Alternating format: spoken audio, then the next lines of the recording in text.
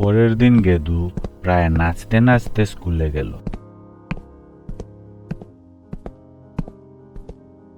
সে তার বন্ধু মিমিকে ওই খাতার কথা বলল।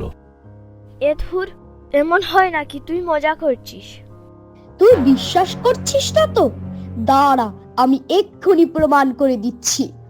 গেদু এবার তার খাতায় একটা ছোট্ট কুকুর আঁকে, আর গতকালের মতো আজ এই কুকুরটাও খাতা থেকে বের হয়ে জীবন্ত হয়ে গেল।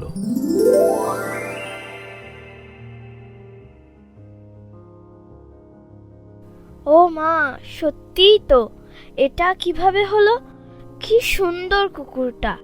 এই এসো, তুমি এদিকে এসো, ভয় পেও না। সে এক এক করে বিভিন্ন ক্লাসে ঢুকে হইচই করতে লাগলো।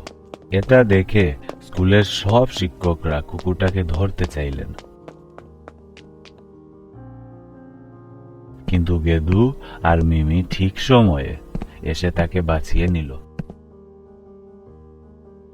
ওই দিন রাতে খাতাটাকে পরীক্ষা করার জন্য মিমি গেদুর বাসায় আসলো।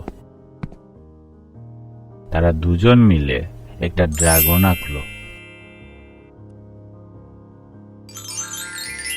এবার কিন্তু সমস্যা বাঁধলো অন্য জায়গায়। ড্রাগনটা ধীরে ধীরে বড় হতে শুরু করলো, আর তার ঘরের সব জিনিসপত্র নষ্ট করতে শুরু করলো। এখন কি করি? এটা তো অনেক বড় হয়ে গেছে, এবার এটাকে থামাই কিভাবে? গেদু চিন্তায় অস্থির হয়ে গেল, কিন্তু মিমি শান্ত থাকলো।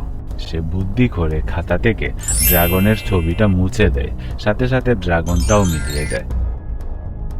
গেদু শুন, আমাদের আরো সাবধান হতে হবে, এই জাদু খুব শক্তিশালী। হ্যাঁ, তুই ঠিক বলেছিস। তারা দুজন মিলে জাদুর খাতা নিয়ে শান্ত হয়ে নতুন একটা অ্যাডভেঞ্চারের পরিকল্পনা করে। আমরা আগামীকাল বড় একটা অ্যাডভেঞ্চারে যাব, কি বলিস? হ্যাঁ, কিন্তু এবার আরো সাবধান হতে হবে। আজকের মতো ভুল আবার করলে চলবে না। বাবু মশাই, খুব সাবধান, জাদুর আসল খেলা তো এখন শুরু হবে।